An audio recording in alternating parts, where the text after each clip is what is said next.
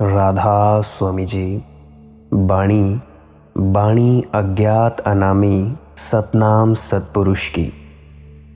आज के सत्संग का विषय है, ध्यान करते वक्त हमें नींद क्यों आती है। ध्यान में नींद आने के कारण क्या हैं, चलिए इस सत्संग में जानते हैं। गुरु प्यारी साध संगत जी, तुम सब बिल्कुल थकी हालत में होते हो। जब तुम इसी थकी हालत में बैठ जाते हो परमात्मा को याद करने, तब क्या होता है, नींद आती है। तुम कहोगे लेकिन दुकान पर नींद नहीं आती। तुम कहोगे लेकिन चुनाव लड़ने जाते हैं तब नींद नहीं आती। तुम कहोगे कि जब किसी से लड़ झगड़ते हैं हम तब नींद नहीं आती। तो ध्यान में क्यों नींद आती है, भजन सिमरन करते वक्त क्यों नींद आती है? उसका एक कारण है। उसका कारण है, ध्यान में कोई कंपटीशन का उपाय नहीं है। ध्यान में तुम अकेले हो और तुम्हारी जिंदगी में सिर्फ धक्के मुक्के से ही तुम चल रहे हो। ध्यान में अकेले हो जाते हो, कोई धक्का मुक्की नहीं, कोई भीड़ भाड़ नहीं, कोई दूसरा नहीं। आंख बंद की कि तुम अकेले रह गए। जब तुम दुकान पर बैठते हो तो 1000 दुकानें और भी हैं। उनकी वजह से ईर्ष्या है, वैमनस्य है, हिंसा है, आक्रमण है। उनकी वजह से चुनौती बनी रहती है। नींद नहीं लगती दुकान पर।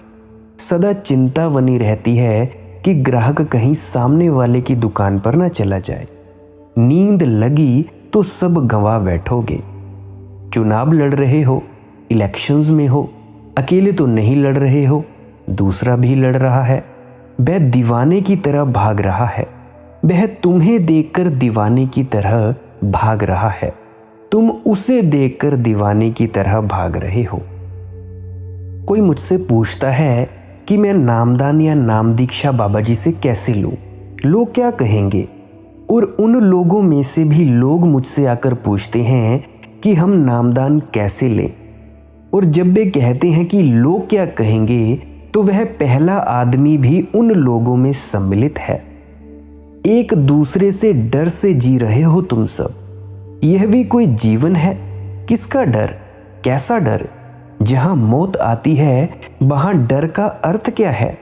जहां सब छिन जाता है वहां चिंता छोड़ो लोगों की। जो तुम्हें ठीक लगे, जो तुम्हें सुंदर लगे, जो तुम्हें सत्य लगे, जिसके साथ तुम्हारा मन रमे, जिसमें उतरकर तुम्हें शांति आनंद मिले, उतर जाओ। अभी मेरे एक परिचित हैं, उनका नाम है रामकृष्ण जी। तो वो अभी चल बसे। वे तो वर्षों से मुझे जानते थे, करीब करीब 10-15 साल तो हो ही गए। और जब भी मेरे पास आते थे तभी कहते थे कि मैं बाबा जी महाराज से नामदान लेना तो चाहता हूँ, मगर पत्नी बहुत उपद्रव मचाएगी, परिवार के लोग भी नाराज होंगे, वो भी राजी नहीं है।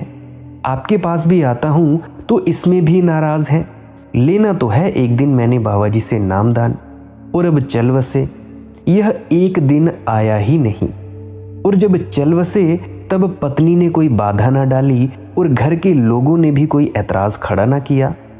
पास पड़ोस में कोई भी झंझट ना मनाई, जल्दी से आकर जला आए। नामदान लेने से घबराते रहे जिंदगी भर, फिर मौत आती है और सब ले जाती है। नामदान या गुरु दीक्षा का इतना ही अर्थ है, जो मौत तुमसे ले लेगी उसे बचाओ ही मत। प्रतिष्ठा जाएगी, नाम जाएगा, तन जाएगा, धन जाएगा, सब चला जाएगा गुरु के पास। नामदान या गुरु दीक्षा का केवल इतना ही अर्थ है, जो मौत तुमसे ले लेगी उसे तुम पकड़ो ही मत। और तब तुम्हारे जीवन में एक क्रांति घटित होती है। उसी क्रांति को संत कबीर जी कहते हैं, कर गुजरान गरीबी में। नहीं तो महत्वाकांक्षा जला डालेगी। और महत्वाकांक्षा का कोई अंत नहीं है। कोई कुछ खरीद लाया, कोई कुछ खरीद लाया, तो कोई कुछ खरीद लाया। तुम उस सब के बीच पड़े हो। तुम मुश्किल में पड़े हो, खिंचे पिसे जा रहे हो, मगर तुम्हें करना पड़ा है क्योंकि पड़ोसी कर रहा है, तब भी तुम कर रहे हो। प्रेम नगर में रहनी हमारी, भली बनी आई सबुरी में। संत कबीरदास जी के ये वचन हैं। कह रहे हैं कि हम तो प्रेम नगर में क्या प्रवेश कर गए, झंझटों से ही छूट गए। प्रेम नगर में रहनी हमारी। दो ही तरह के नगर है इस दुनिया में। एक नगर है नफरत का, हिंसा का, प्रतिस्पर्धा का, महत्वाकांक्षा का, जहां तुम हर दूसरे से टकरा रहे हो। और हम छोटे छोटे बच्चे में जहर डालना शुरू कर देते हैं। तुम्हारा बच्चा स्कूल गया नहीं कि तुम उसके पीछे पड़ जाते हो कि पहले नंबर आना। तुमने बुखार शुरू किया उसमें, तुमने जहर डाला उसमें, अब वह पहले नंबर के पीछे दीवाना रहेगा। 30 बच्चे हैं, एक ही पहला आ सकता है। जो 29 नहीं आएंगे वे जीवन भर के लिए दुख के घाव लिए चलेंगे, फफोले रहेंगे उनकी आत्मा में कि हम पहले नंबर पे नहीं आ सके। और जो पहला आ गया वह भी कुछ लाभ में नहीं है। अब वह बड़ी अड़चन में पड़ गया, वह पहला आ गया है तो उसको अब जिंदगी भर अपने पहलेपन को बनाए रखना है, अपने फर्स्ट आने को बनाए रखना है, नहीं तो झंझट खड़ी होगी। जो पहला आ गया वह अहंकार से भर जाता है और जो पहले नहीं आ पाए वे विषाद से भर जाते हैं। दोनों रोग हैं। मैं ऐसी स्थिति से गुजर चुका हूं अपने स्कूल टाइम में। बचपन से लेकर फर्स्ट से लेकर 12 तक, +2 तक मैं फर्स्ट ही फर्स्ट आता गया। और इसका केवल इतना ही कारण रहा कि मैं एक बार फर्स्ट में फर्स्ट आया, फिर मेरे मन में ये होड़ बनी रही कि भाई कोई मेरे से आगे ना निकल जाए। इसी कंपटीशन के दौर पर बुद्धि का तो मेरी विकास नहीं हुआ, परंतु मैंने शाब्दिक ज्ञान जानकारियां ज़रूर इकट्ठा कर ली और अहंकार ज़रूर इकट्ठा कर लिया था। फिर मैं कॉलेज गया। फिर उसके बाद पता नहीं परमात्मा की कैसी कृपा हुई कि मैंने कॉलेज ही छोड़ दिया और एक अपना नया काम शुरू किया। और उस काम में परमात्मा ने मुझे आगे बढ़ने में सहायता की और आज उसी काम की बदौलत आज आपके सामने वो काम कर रहा हूँ और उस काम की बदौलत आपके सामने ये YouTube वीडियोस पेश करने में कामयाब हो पाया हूँ। अगर परमात्मा नहीं होता, वो मेरे अहंकार को छीन नहीं लेता, तो हो सकता था कि मैं भी किसी चूहा दौड़ में फंसा होता। लेकिन ये जिंदगी भर का रोग है। छोटे बच्चों को लगा है, ऐसा ही नहीं है, बूढ़ों को भी यही लगा है। प्रेम नगर में रहनी हमारी। फिर एक और नगर है, वह है प्रेम का नगर। वहां महत्वाकांक्षा नहीं है, वहां किसी से स्पर्धा नहीं है। मैं अपनी मौज से रहता हूं, तुम अपनी मौज से रहते हो। ना मेरी तुम्हें कोई स्पर्धा है, ना तुम्हारी मुझसे कोई स्पर्धा है। हम एक दूसरे की तुलना करते ही नहीं। गौर फरमाना और याद रखना, इसे स्मरण रखना कि जहां तुलना है वहां नफरत है। जहां तुलना नहीं है, तुमने अपने आप को तोला नहीं, किसी से कंपटीशन नहीं किया, केवल वहीं प्रेम है। प्रेम स्वीकार करता है। कोई कवि है, कोई संगीतज्ञ है, कोई लकड़हारा है, कोई कुछ है तो कोई कुछ है। प्रेम सबको स्वीकार करता है। वह विभाजन नहीं करता, तोड़ता नहीं है। वह ऐसा नहीं करता कि डॉक्टर ऊपर है और लकड़हारा या मोची नीचे है। वह ऐसा नहीं कहता कि धनवान ऊपर है और गरीब नीचे है। कौन ऊपर और कौन नीचे, अपनी अपनी मौज है जीने की। जो जैसा जीना चाहता है वैसा जिए, मगर स्पर्धा की कोई भी ज़रूरत नहीं है, कंपटीशन करने की कोई ज़रूरत नहीं है। दूसरे से स्पर्धा की तो तुम संसार में हो, तो तुम घृणा की नगरी में हो। और किसी से स्पर्धा ना की, अपनी मौज से जिए तो तुम प्रेम की नगरी में प्रविष्ट हुए। जो तुलना नहीं करता वह किसी का दुश्मन नहीं है, क्योंकि उसका दुश्मन होने का कोई कारण नहीं है। जब तक तुम तुलना करते हो तब तक तुम पड़ोसी नहीं हो सकते। किसी पड़ोसी होगे तुम, किसके पड़ोसी हो सकते हो, किसके नेबरहुड हो सकते हो। नेबरहुड से ही तो संघर्ष चल रहा है, उसी को तो नीचा दिखाना है, अपने रिश्तेदारों को तो नीचा दिखाना है, उसी को तो चारों खाने चित्त कर देना है कि देखो मेरी गाड़ी, देखो मेरे सुंदर कपड़े। अरे भाई तुम हो कौन? तुम फकीर आदमी, हम राजा हैं, ये सब तुम दिखाना चाहते हो। इस दुनिया को हमने दुश्मनों से भर दिया है, क्योंकि हम सब एक दूसरे से लड़ रहे हैं अकारण, और ये अमूल्य जीवन का अवसर ऐसे ही व्यर्थ हुआ चला जा रहा है। ये लड़ने की जगह नहीं है, नाचने की जगह है ये जगत। ये गीत गुनगुनाने की जगह है। पैरों में घूंघर बांधो, हाथ में बंसुरी लो, प्रतिस्पर्धा छोड़ो। प्रेम नगर में रहनी हमारी, भली बनी आई सबूरी में। और सब्र रखो, सब्र रखना सीखो, सबूरी सीखो, धीरज सीखो, प्रतीक्षा सीखो। जो जरूरी है वह तुम्हें परमात्मा देगा। जब जरूरी है तब देगा, जैसा जरूरी है वैसा देगा। यह श्रद्धा सीखो, उसकी रजा और भाने में रहना सीखो। छीना झपटी मत करो, छीना झपटी से कुछ मिलने वाला तो नहीं है। जो मिलता था शायद वह भी ना मिल पाए। छीना झपटी में टूट जाए ये हो सकता है। राह देखो और सब्र करो। प्रार्थना के दो ही सूत्र हैं, मैं तुम्हें दिए देता हूं, प्रेम और प्रतीक्षा। दोनों सूत्र इसमें आ गए। प्रेम नगर में रहनी हमारी, भली बनी आई सबूरी में। अब जो हम मस्त हैं, अब जो होता है सो ठीक होता है, क्योंकि वही करने वाला है। मालिक सब देख रहा है, वही चिंता ले रहा है। हम अब चिंता नहीं रखते अपनी, सब उसी के हाथों में छोड़ दिया है, और इसी को हम कहते हैं समर्पण। यही दशा है भक्त की दशा। हाथ में कूरी, बगल में सूंटा, चारों दिशी जागीरी में। संत कबीर कहते हैं कि अब तो सारी दुनिया अपनी हो गई, जब से अपनी बनाने की चेष्टा ना रही। चारों दिशी जागीरी में है कुछ नहीं, हाथ में भिक्षा पात्र है कि बगल में सोंटा है, कुछ है नहीं खास पास, लेकिन चारों दिशाएं अपनी है। जिस दिन से अपना बनाना छोड़ा, उस दिन से सब अपना हो गया। जिस दिन तुम एक आंगन का मोह छोड़ देते हो, सारा आकाश तुम्हारा ही हो जाता है। तुम नाहक ही अपने को छोटा किए हो, क्योंकि छोटे से तुमने अपने को बांध लिया है। जिस दिन तुम परमात्मा के हो जाते हो, परमात्मा का सब तुम्हारा हो जाता है। आखिर यह तन खाक मिलेगा, यहां फिरत मगरूरी में।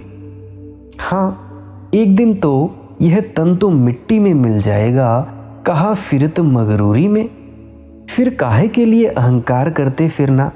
जो मिट्टी में मिल जाना है उसकी बात ही छोड़ो, उसकी चिंता छोड़ो, वह मिल ही जाएगा, वह मिला ही हुआ है। देर अवेर गिर जाएगी यह देह, खो जाएगी मिट्टी में, इसका कुछ पता ना चलेगा। उसके पहले जो थोड़ी सी चेतना की तुम में ललक है, उसको जगा लो, उसे ऐसा बना लो कि जब देह मिट्टी में मिले तो चेतना खो ना जाए। चेतना की ज्योति आकाश में उड़े। सारा धर्म इसी बात का विज्ञान है। सच्चे धर्म इसी बात का विज्ञान है कि देह तो मिट्टी बनेगी, देह तो मिटेगी, मगर देह का जो अवसर मिला है, इसमें तुम दूसरी देह पैदा कर ले सकते हो, जो नहीं मिटती, सूक्ष्म है, भाव देह। यह देह तो जाएगी, इस देह का उपाय कर लो उस देह को बनाने में, जो कभी नहीं जाती, जो अमृत की देह है। माता और पिता से तो जन्म मिला है, वह तो मिट्टी की देह है, लेकिन इस मिट्टी की देह में एक राज छिपा है। अगर तुम खोज लो उसकी कुंजी, तो तुम अमृतस्य पुत्रा हो जाओ, अमृत के पुत्र हो जाओ। ऐसा ही समझो कि अंगूर में शराब छिपी है, लेकिन अंगूर खाने से कोई नशा नहीं आता। अंगूर में शराब छिपी है, लेकिन शराब बनानी पड़ेगी। छिपी जरूर है, लेकिन प्रकट करनी होगी, निचोड़नी होगी, प्रक्रिया से गुजरना होगा, एक रसायन से गुजरना होगा। अंगूर जब रसायन से गुजर जाएगा, शराब बन जाएगा। अंगूर कितने ही खाओ, नशा नहीं चढ़ता, और देहों में कितना ही रस रहो, कितना ही देर रहो, कितना ही रस पाओ, परमात्मा का अनुभव नहीं होता। लेकिन देह में से कुछ छिपा है, उसे प्रकट कर लो। उसी की रसायन धर्म है उसी की एल्केमी। और तुमने ख्याल किया, अंगूर अगर रखे हों तो सड़ जाते हैं, और शराब जितनी पुरानी हो जाए उतनी ही श्रेष्ठ हो जाती है। ये तुमने मज़ा देखा? ये गणित बिल्कुल उल्टा हो गया। अंगूरों को रख लो तो सड़ जाएंगे, कल नहीं परसों फेंक देने पड़ेंगे, मिट्टी में वापस चले जाएंगे। और शराब अंगूर से ही निकली है, लेकिन शराब जितनी पुरानी होने लगेगी उतनी ही बहुमूल्य होने लगेगी, उतनी ही अद्भुत होने लगेगी। 1000 वर्ष पुरानी शराब का जो मूल्य है वह ताज़ी शराब का नहीं होता है।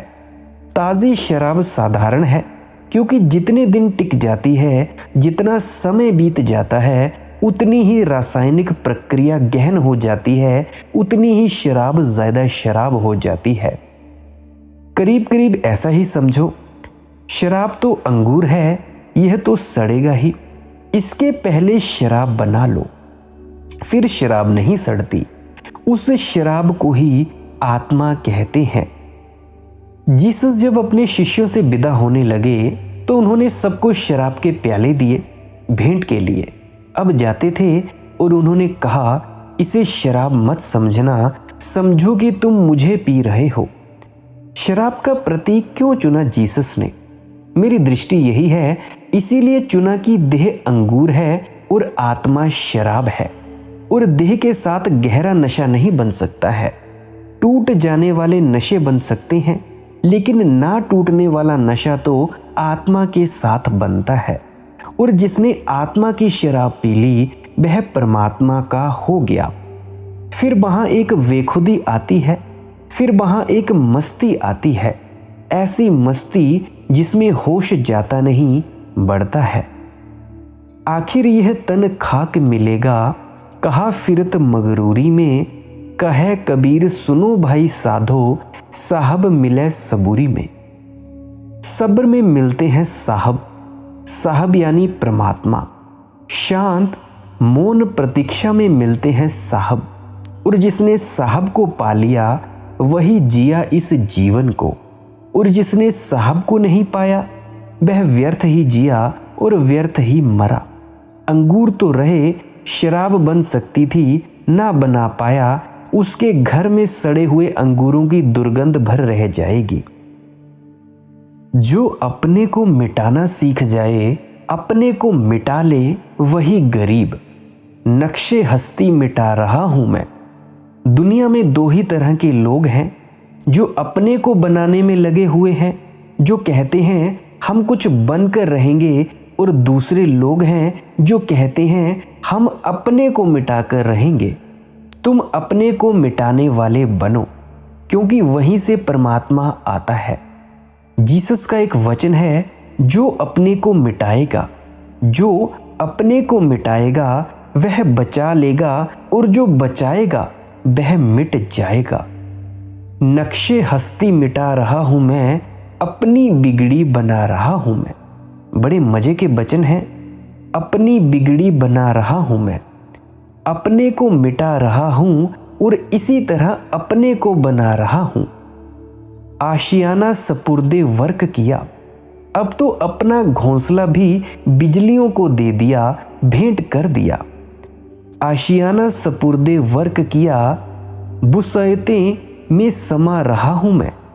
और जब से अपने घर को, छोटी सी देह को, छोटे से घोंसले को दे दिया है बिजलियों को कि जो मर्जी हो करो, तब से मैं आकाश के विस्तार में समाया जा रहा हूं। अब कोई डर नहीं है। जहां डर नहीं वहां संकोच मिट जाता है, वहां विस्तार शुरू होता है। और हमने परमात्मा को जो सबसे प्यारा नाम दिया है वह ब्रह्म है। ब्रह्म का अर्थ होता है विस्तार, जो फैलता ही चला जाता है, विस्तार। बालों पर से मिली है आज़ादी, आसमानों पे छा रहा हूं मैं। जिस दिन तुम देह से मुक्त हो जाते हो, उस दिन सारा आसमान तुम्हारा है। आसमान भी तुम्हारी सीमा नहीं है, तुम आसमान से बड़े हो, क्योंकि आसमान के पास चेतना नहीं है और तुम्हारे पास चेतना है। चेतना सारे आसमान को अपने में समा ले जा सकती है। 2 जहां है यहाँ, यह और वह, पृथ्वी और स्वर्ग, दोनों को जो ठुकराता है वही उस प्रभु का प्यारा हो पाता है। मन लागो मेरा यार फकीरी में, समझ देख मन मीत पियरवा, आशिक होकर सोना क्या करे। प्रेमी सो ही नहीं सकता क्योंकि पता नहीं कब प्यारा आ जाए, कौन घड़ी आ जाए, किस पल में आ जाए, कब आ जाए भाग्य का क्षण। प्रेमी सो नहीं सकता। तुमने अगर किसी को प्रेम किया है और प्रतीक्षा की है तो तुम समझोगे। रास्ते पर पत्ता खड़क जाता है और प्रेमी उठ जाता है, द्वार खोलकर देखता है, शायद जिसकी प्रतीक्षा थी वह आ गया। हवा का झोंका आता और प्रेमी जग जाता है। आकाश में बादल गरजते हैं और प्रेमी उठ आता है शायद। एक ही बात अटकी है श्वास श्वास में, कब प्यारा आता हो। साधारण जगत के प्रेम में भी यह घटता है और परमात्मा के प्रेम में भी बहुत घटता है। ख्याल रखना, मनुष्य जाति में अब तक परमात्मा तक पहुंचने के दो मार्ग खोजे हैं। एक है ध्यान, एक है प्रेम। एक का नाम है ज्ञान योग, एक का नाम है भक्ति योग। ध्यान का अर्थ होता है जागरण सीखो।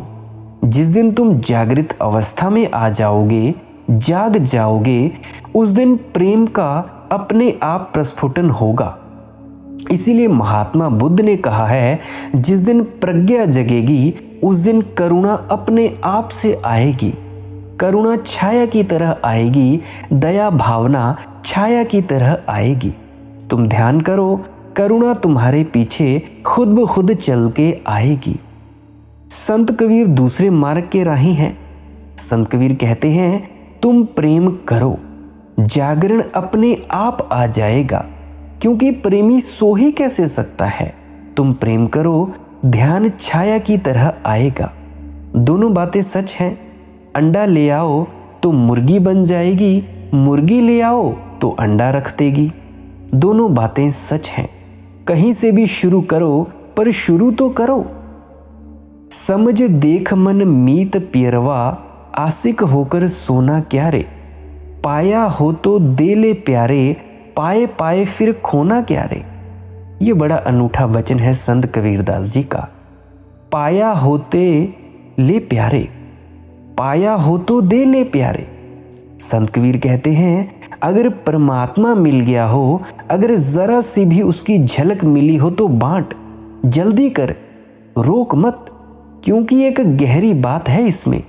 जो मिलता है अगर तुम उसे रोक लो तो मर जाता है। जीवन प्रवाह में है, मिले तो दो, मिले तो बांटो। संसार के नियम और अंतर जगत के नियम अलग अलग हैं, विपरीत हैं। यहाँ धन मिले तो तिजोरी में जल्दी से बंद करो, नहीं तो कोई ले जाएगा।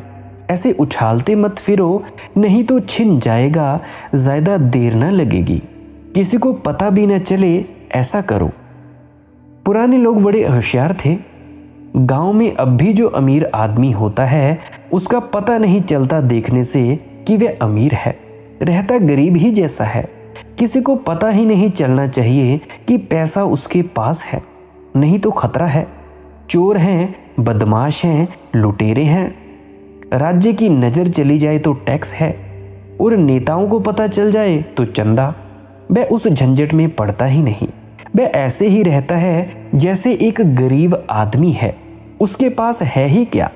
वह पैदल चलता है, वह वैसा ही जीता है जैसे और आदमी जीते हैं। ये तरकीब है धन को छिपाने की। ज़मीन में गड़ा कर रखता है, उसको कभी भोगता नहीं, क्योंकि भोगोगे तो पता ही चल जाएगा। भोगोगे तो भोगोगे कहाँ, यहीं खरीदने ना चीज़ें, यहीं तो खरीदोगे चीज़ों को। यहीं लोगों के सामने गुजरोगे तो मुश्किल हो जाओगी।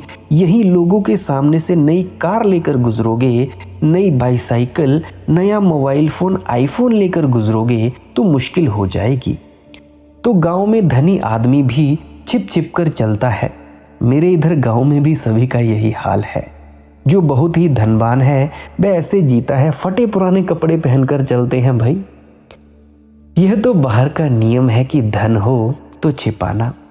भीतर का नियम यह है कि धन मिले, भीतर का धन यानी ध्यान, परमात्मा मिले तो बांटना। क्योंकि भीतर अगर कुछ भी बचाया तो जंग खा जाता है, और कुछ भी रोका तो सड़ जाता है।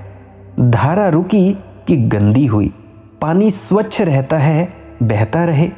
तो ये सूत्र बड़े काम का है। पाया हो तो दे ले प्यारे, पाए पाए फिर खोना क्या रे। अगर पा पाकर बचाकर रखते गए कंजूसी की, तो फिर खो दोगे, मिले तो लुटाया। अगर प्रेम मिले तो बांटना, अगर प्रेम मिले तो परमात्मा चारों तरफ मौजूद है, उसको समर्पित कर देना। तब दियम वस्तु गोविंदम तुभ्यमेव समर्प्य। जो उससे तुम्हें मिले वह उसी को लौटा देना, तो और मिलता रहेगा।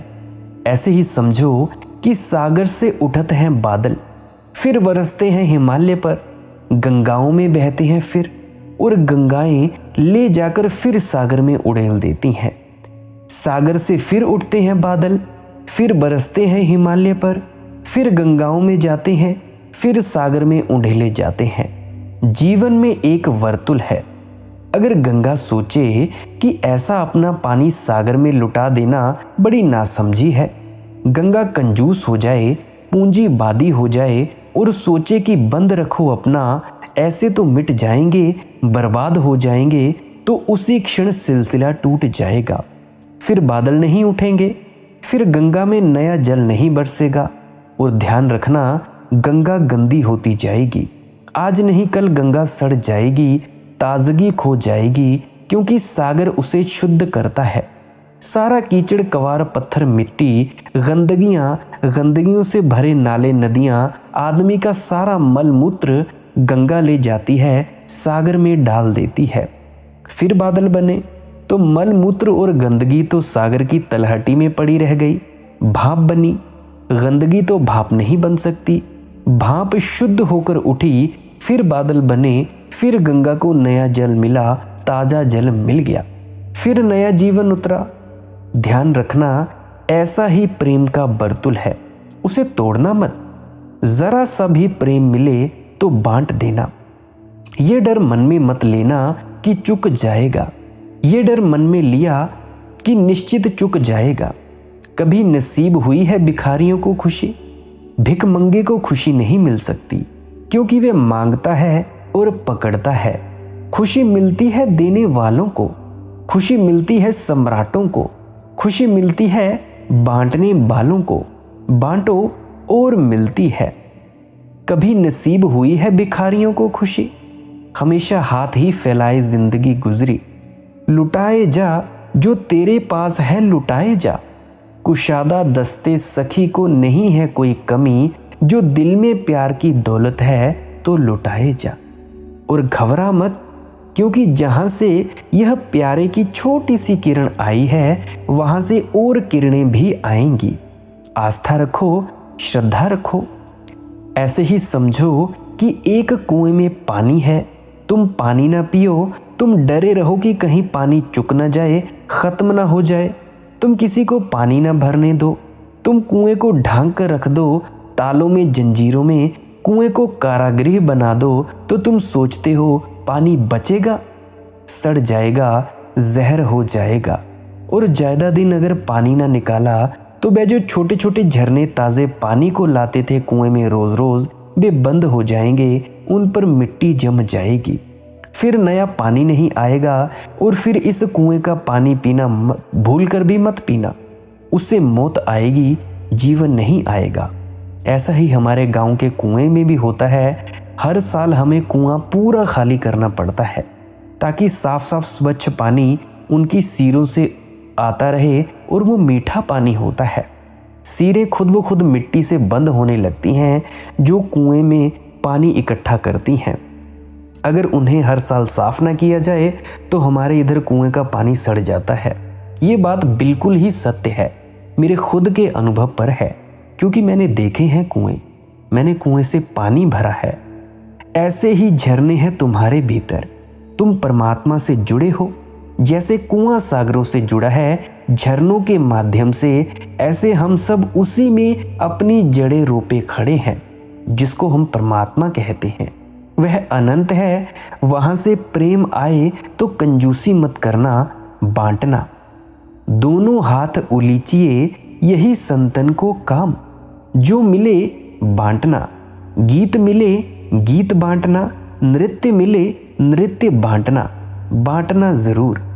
जो दिल में प्यार की दौलत है तो लुटाए जा, तेरी सरिश्त में लाइंतिहा मोहब्बत है, तेरे स्वभाव में असीम प्रेम पड़ा है, घबरा मत उदारता सीख। तेरी सरिश्त में लाइंतिहा मोहब्बत है, जहाने जिसकी बुअस्त तेरी विरासत है। तुझे सारे अस्तित्व का खजाना मिला है, यहाँ कोई भी इस अर्थ में गरीब नहीं। कैसे गरीब हो सकता है? जहाँ सबके पीछे परमात्मा खड़ा हो, जहाँ सबके हाथों में परमात्मा का हाथ हो। तुम्हारे अगर अपने आप को तुमने भिखारी बना लिया हो तो वह तुम्हारी धारणा है, अन्यथा तुम सम्राट हो, शहंशाहों के शहंशाह हो, अन्यथा तुम स्वयं परमात्मा हो। अगर बचाया तो कुछ भी ना बचेगा, लुटाए जा, ये लुटाने से और बढ़ती है दौलत। ये प्रेम का सूत्र संत कबीर के वचनों में है। पाया हो तो दे ले प्यारे, पाए पाए फिर खोना क्या रे। अब अखियन में नींद घनेरी, तकिया और बिछोना क्या रे। तुम चौंकोगी कि अचानक इस सूत्र का अर्थ यहाँ क्या होगा। अर्थ है और गहरा अर्थ है। संत कबीर बात कर रहे हैं कि जब प्रेम पैदा होता है तो फिर क्या पूजा, क्या अर्चना। ये तो उनकी चीजें हैं जिनके जीवन में प्रेम नहीं है। क्या हमें पूजा अर्चना करनी चाहिए या नहीं, इसके बारे में विस्तार से चर्चा हम कल की सत्संग वीडियो में करेंगे। अभी के लिए बस इतना ही। अगर आपको ये वीडियो पसंद आई हो तो मेरी विनम्र प्रार्थना है, मेरी विनती है, तो इसको शेयर ज़रूर कर देना अपने मित्रों तथा परिजनों तक।